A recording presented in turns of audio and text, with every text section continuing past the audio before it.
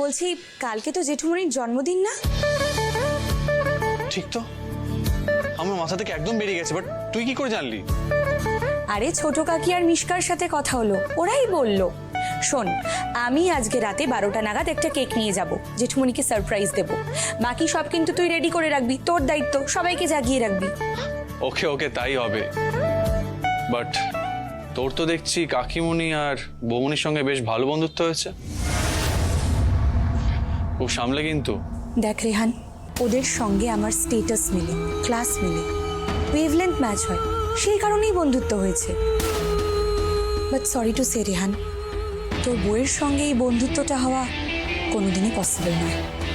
ঠিকই, আসলে রূপাই আর 5টা মেয়ের মতো সাধারণ নয়, তাই ও স্ট্রাগলটাও সাধারণ নয়। ওকে বোঝাটা না একটু ডিফিকাল্ট, তাই চট করে ওর সঙ্গে কেউ মিশতে পারে না, তাই ওর কেউ বন্ধু হতে পারে না। কেন? এত কি আলাদা তোর বউ? রূপাই বাস না চালালে ওর সংসার চলবে না, আর জেঠুমনি ওকে বাস চালাতে নিষেধ করেছিল। বলেছিল যে ওকে বাস চালাতে হবে না, তার বদলে রূপাইকে একটা মনিটারি হেল্প করে দেবে। কিন্তু রূপাই সেই মনিটারি হেল্প নেয়নি। আমি শিওর রূপাইয়ের জায়গায় যদি অন্য কেউ থাকতো তাহলে সেই হেল্পটাই নিত আর বাড়িতে বসে থাকতো, আর সেই টাকা নিজের বাড়িতে দিত। রূপাই সেই রাস্তাটা বেছে নেয়নি। রূপাই নিজে বাস চালাবার সিদ্ধান্ত নেয় এবং নিজের বাড়িতে টাকা দেওয়ার মতো শক্ত পথটা বেছে নেয়। তারপরে তুই জানিস রূপাই একটা ইঞ্জিন বানাবার চেষ্টা করছে। ও যদি সেটা বানাতে সাকসেসফুল হয় তাহলে একটা যুগান্তকারী আবিষ্কার হবে। বাবা রেহান, তুই তো আমায় প্রথম দিন বলেছিলি এই বিয়েটা নাকি জোর করে হয়েছে, তুই মানিসই না। আর এখন দেখ, এখন তো তোর ওপিনিয়নই অনেকটা বদলে গেছে। তুই রূপাইয়ের সঙ্গে একবার খোলা মনে মিশে দেখ, ওর সম্পর্কে তোর ধারণা নিশ্চয়ই বদলাবে। এনিওয়ে, আমার কিন্তু ওটিতে যেতে লেট হয়ে যাচ্ছে, রাতে দেখা হচ্ছে তোর সাথে, ঠিক আছে?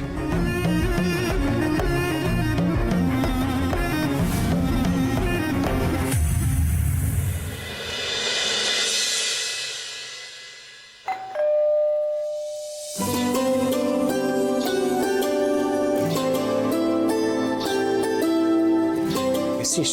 আয় আয় আয়, আস্তে আস্তে, সাবধানে।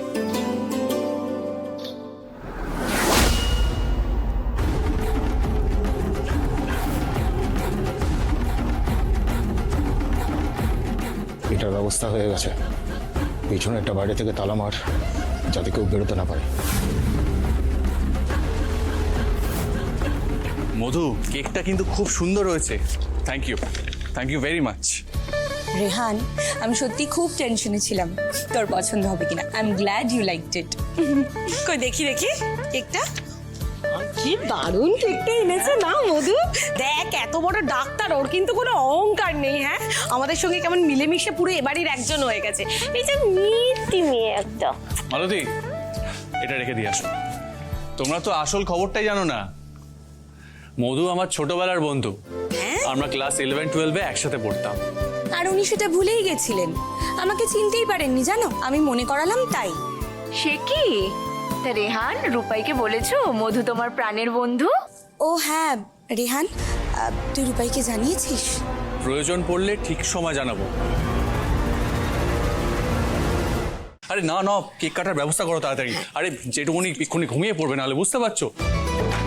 পেল্লাই পেল্লাই হাই তুলছে রে, ইয়া বড় বড় হাই তুলছে, এক্ষুনি ঘুমিয়ে পড়বে। যে লোকটা সন্ধ্যে রাতে ঘুমোয় তাকে মধ্যরাত অব্দি জাগিয়ে রাখা কি যে পরিশ্রমের কথা, কি বলবো। এই তোদের হলো সাজানো, তাড়াতাড়ি কর বাবা, সত্যি ঘুমিয়ে পড়বে, রাগারাগি করবে, আসবেই না। হ্যাঁ, হয়ে গেছে রেহান, যা বাবা সবাইকে ডেকে নিয়ে আয়, যা। এই যে ক্র্যাকার আর ছুরিটা। হ্যাঁ, আমি এক্ষুনি ডেকে আনছি। এই বাকি সবাই তো ঠিক আছে, ডাকছে আসবে, আর রূপাই কোথায়? তাকে তো সবার আগে ডাকা উচিত ছিল রে। ভাই, রূপাই এর মধ্যে এসে কি করবে বলো তো?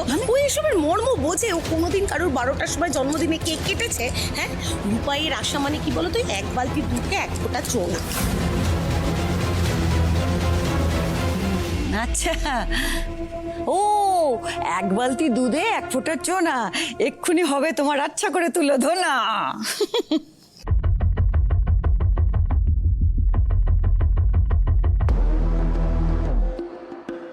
আরে কি করছিস কি? আমি আরে আমি তো বলেছি, আমি তো জানো তো তোমরা যে আমরা এসব পছন্দ করি না। তারপর রাত 12টার সময় এসব কি রাত। জেঠুমনি এসো না, দেখো তোমার ভালো লাগবে। এই দেখো দেখো, সবাই তোমার জন্য অপেক্ষা করছে।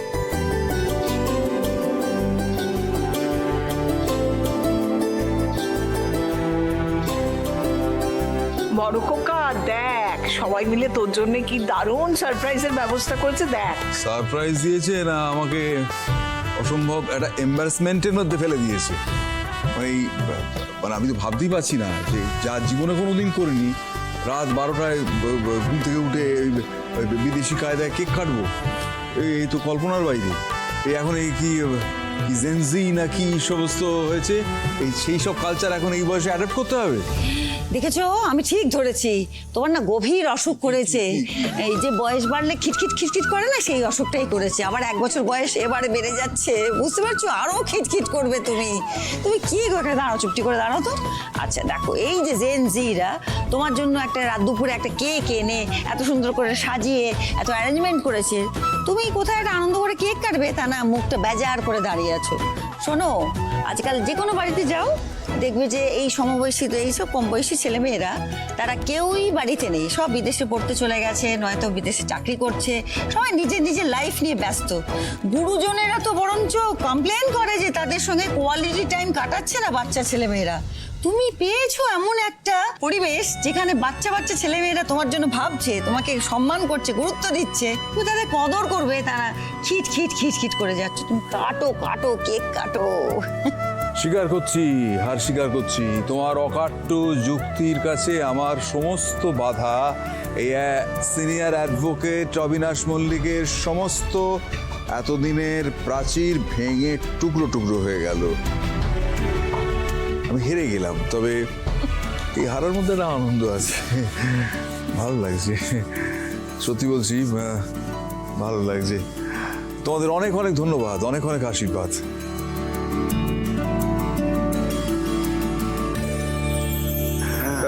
হ্যালো, কোথায় তুই?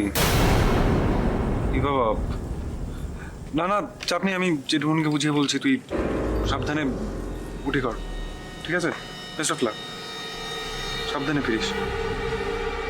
প্রিয়া কি হয়েছে? বুড়েটা এমার্জেন্সি ওটি পড়ে গেছে, তাই ও আসতে পারছে না। Very sorry. আরে কিসের সরি? আরে আশ্চর্য, একটা নবল প্রফেশনাল রয়েছে, সেই কাজটা অনেক জরুরি। না না না, ওকে কাজ করতে দাও। ব্যাস, তাহলে হয়ে গেছে। এই কেক দেখলাম, সুন্দর, হাসি খুশি, সবাই হেসে ফেলেছে। এবার তাহলে আমি গিয়ে নিদ্রা যাই।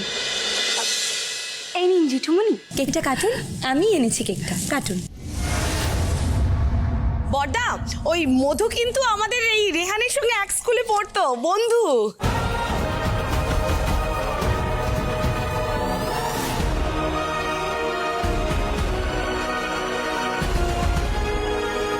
স্কুলের বন্ধু? নার্স বাবু তো এমন ভান করলেন যেন 2 দিন মাত্র চেনেন। সেসব কথা পরে হবে, সেসব প্রসঙ্গ এখন তোলার কি দরকার? ছোট তোর, তুমি কেকটা কাটো না, কখন থেকে দাঁড়িয়ে আছি আমরা। হ্যাঁ, কিন্তু একা একা তো কেক কাটবো না, আমার দিদি ভাই ছাড়া তো আমি কিছুই পারি না। দিদি ভাই আমায় হেল্প করবে, তবে তো আমি কেকটা কাটবো। এবার তাহলে কাটি। Happy birthday to you, happy birthday to you.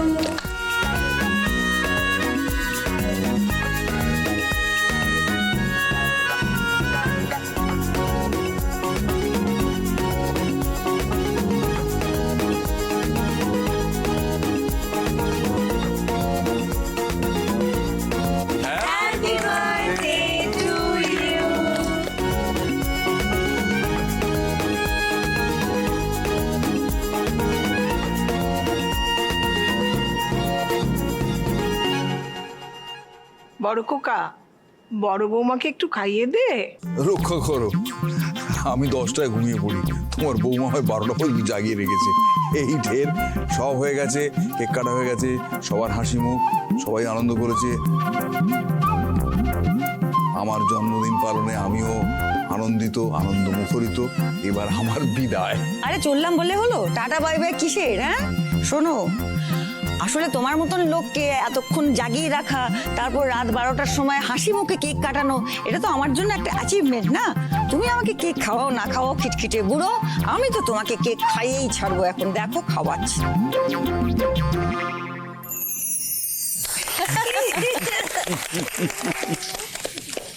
তাহলে ঠিক আছে, সবার মনস্কামনা পূর্ণ হয়েছে, ষোলকলা পূর্ণ হয়েছে, এবার আমি আসি। জেঠুমনি, জেঠুমনি 5 মিনিট। আসলে আপনার জন্মদিনে আমি কি করব এটা ভাবতে ভাবতে না আমি একটা কেক বানিয়েছি আপনার জন্য।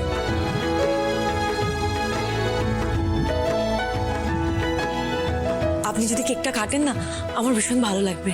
1 মিনিট, আমি এক্ষুনি নিয়ে আসি। 1 মিনিট।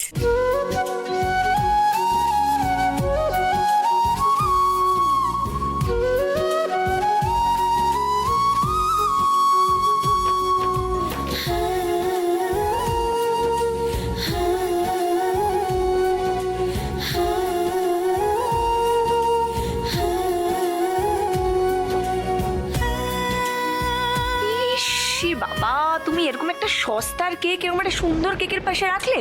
হ্যাঁ, তুমি তো পুরো কেকটার মান ইজ্জত সব ডুবিয়ে দিলে। তোমাকে কে বেশি পাকামো করতে বললো বলো তো? হ্যাঁ, মধু তো কেক নিয়ে এসেছিল, তুমি আবার পাকামি মেরে কেক বানাতে গেলে কেন? এমন জানলে আমি আনতামই না কেকটা।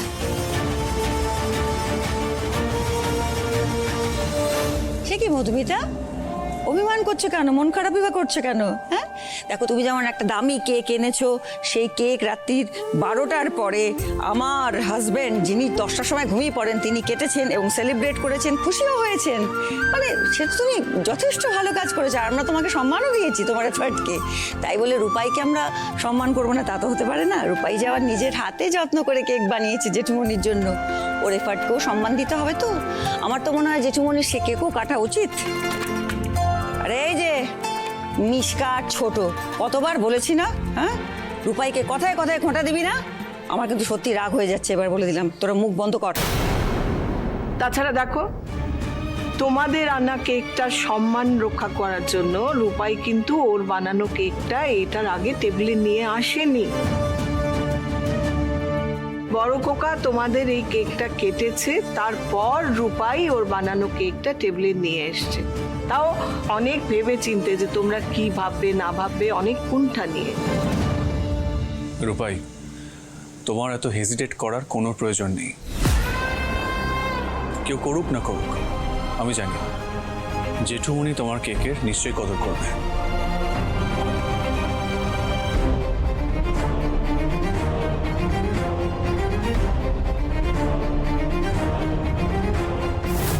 সব রাস্তা ফাঁকা আছে বস।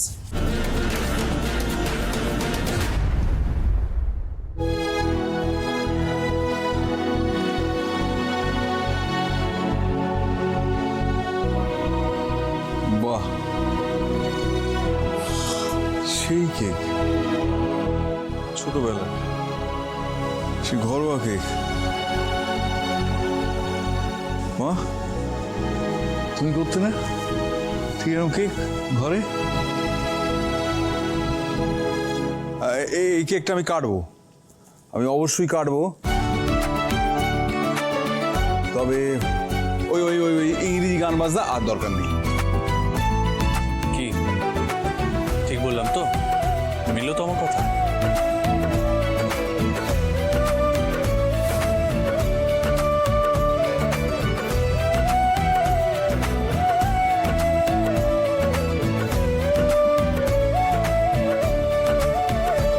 হ্যাঁ রে রূপাই, নিজের হাতে কেকটা বানিয়েছিস, জেঠুকে খাইয়ে দিবি না? আমি জেঠুমনিকে? না না ঠাম্মি, তুমি খাইয়ে দাও। আমি? আচ্ছা, তাই সই।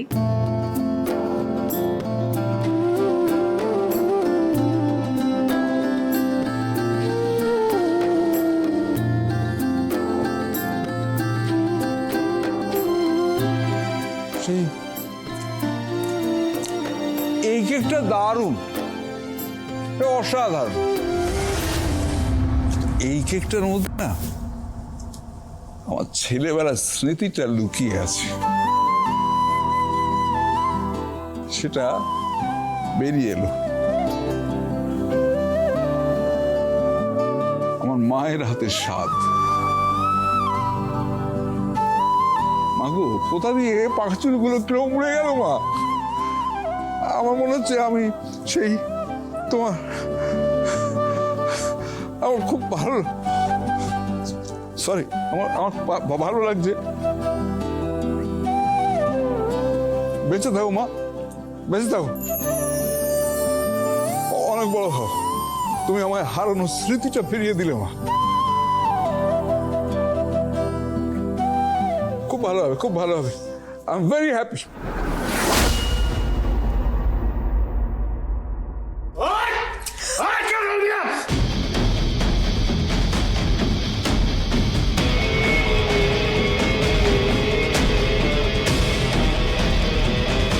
মিশকা, এটা কড়াকো, হ্যাঁ?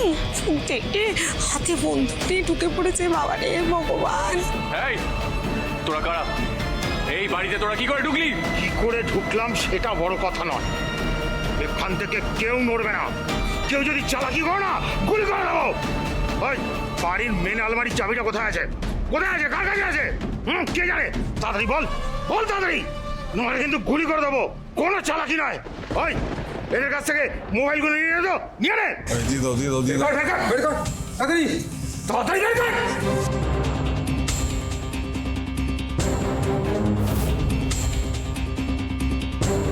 বর্দা, দেখেছেন তো মেয়েটা কেমন অপয়া, রূপাই। রূপাইও আমাদের বাড়িতে ঢুকলো, ওর পেছন পেছন সব টাকার দল ঢুকে এলো বন্ধুক নিয়ে। না বর্দা, আমাদের সর্বশান্ত হয়ে যাবো আমরা, আমাদের সব শেষ হয়ে গেল, পথে বসে যাবো এবার বর্দা। আমার কি মনে হয় জানেন তো, এই যে এরা সব ডাকাতগুলো না রূপাইয়ের বস্তির লোক। ওই মেন আলমারির চাবিটা কোথায়? হ্যাঁ, নাকি যার যার চাবি তার কাছে? হ্যাঁ, না না, আমাদের কাছে নেই। মেজদি ভাই জিম্মায় থাকে সব। এই এখানে মেজদি ভাই কে আছে? ওপরে ঘুমোচ্ছে, শরীর খারাপ। বলছি যে মেজদি ভাই তো ওপরে, এখন ডাকা যাবে না, রাত হয়ে গেছে। আপনারা না অন্যদিন আসুন, অন্যদিন। মাগো, ইয়ার কি হচ্ছে? যা তাড়াতাড়ি ডেকে নিয়ে আয়, নাহলে তোকে এখানে এমন গুলি করবো না যে ঘুম আর কোনোদিনও ভাঙবে না। এই আমাকে তুই তো গাড়ি করছে।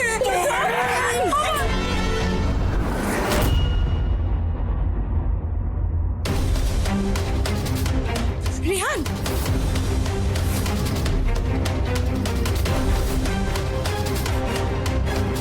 এই বেটা ডাকাত, ডাকাতি করতে এসে প্রাণ হারাবি? আর এই যে মিস্টার রেহান মল্লিক, বেশি না চালাকি না, তাহলে যে চাকুটা দেখছিস না, এটা না একদম তোর গলায় ভরে দেবো।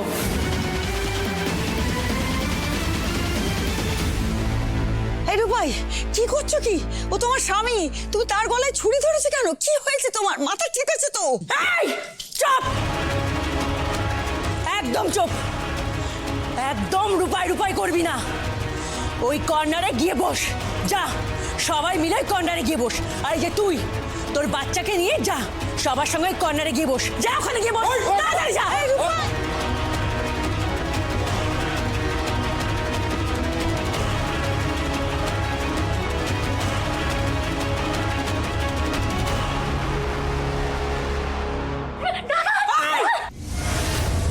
চুপ, একদম চুপ, মুখ দিয়ে একটা আওয়াজও বার করবি না। যা, ওদের সঙ্গে গিয়ে বস, ওকে ছেড়ে দাও।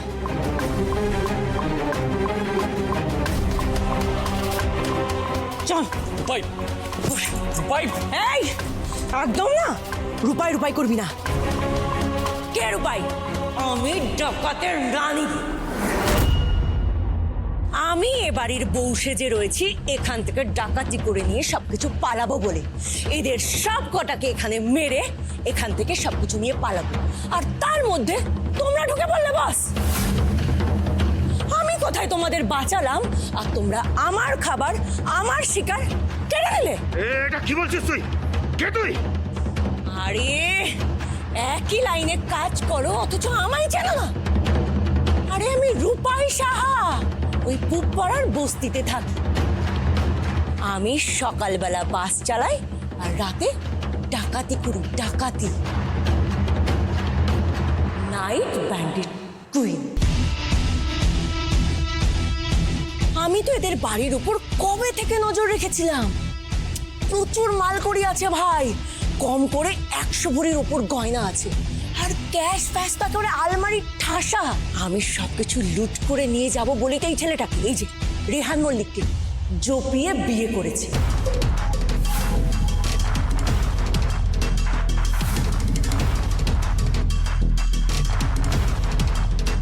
আর আমি তো তোমাদের মতন এরকম মুখ ফুক ঢেকে ডাকাতি করি না, আমার তো আলাদা স্টাইল আছে।